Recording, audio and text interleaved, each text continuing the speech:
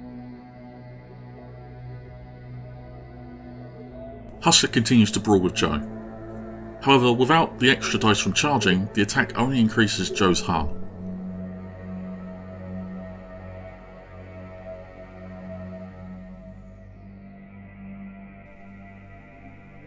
Eddie performs a back-off action. This is a 2-inch move that lets a model move out of melee combat.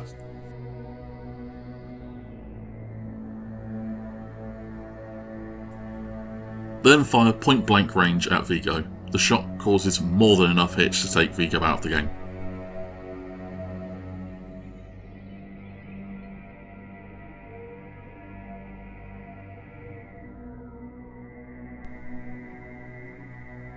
Kiki charges at Lucky Joe.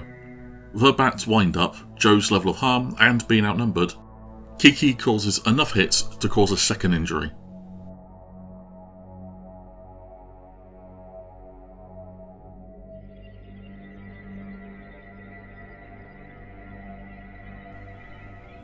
Lucky Joe retaliates with his second activation, brawling with Kiki.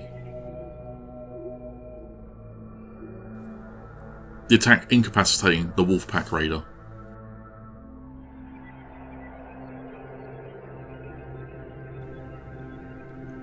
Husker then performs a back-off move. She likely won't be able to incapacitate Joe, and by moving, she can instead get into range of the objective.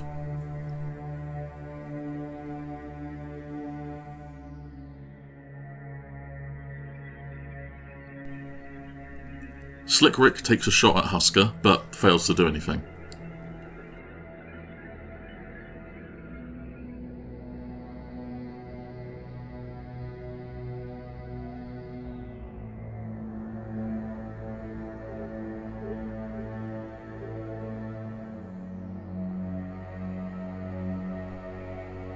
Echo moves in before taking a shot at Eddie.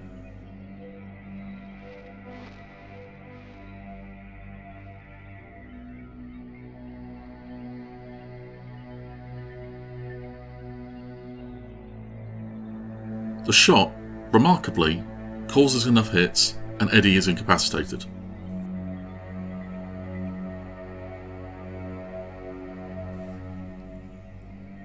The game comes to an end with both bosses fighting around the objective, adding a point each, which means the Wolfpack win by 1. Husker's Wolfpack got lucky. Vigo spent too long running around the bus, while Moon never really got a chance to use their shotgun. Without Echo's last shot, that game would have ended in a draw. Baseball bats are dangerous on the charge, but once Husker got involved in a more prolonged fight, her effectiveness took a hit. On the other hand, the Diamondbacks were forced to move in when they benefit more from setting up. The handmade rifles all have the fast trait, letting them fire twice in a single activation, but they had to keep moving, and Tina's rifle only rolls 2 dice as standard, really needing to use that second action to aim to get good use out of it.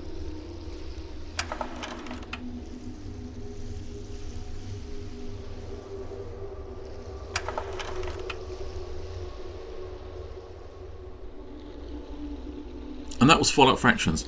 The game plays really well, and the quick start rules are great at walking you through the turn and the rules. The scenario was short and simple. I'm sure the full release will have more dynamic and longer fights. The scenario used 2 preset gangs, so I'm interested to see how the gang building works in the full game.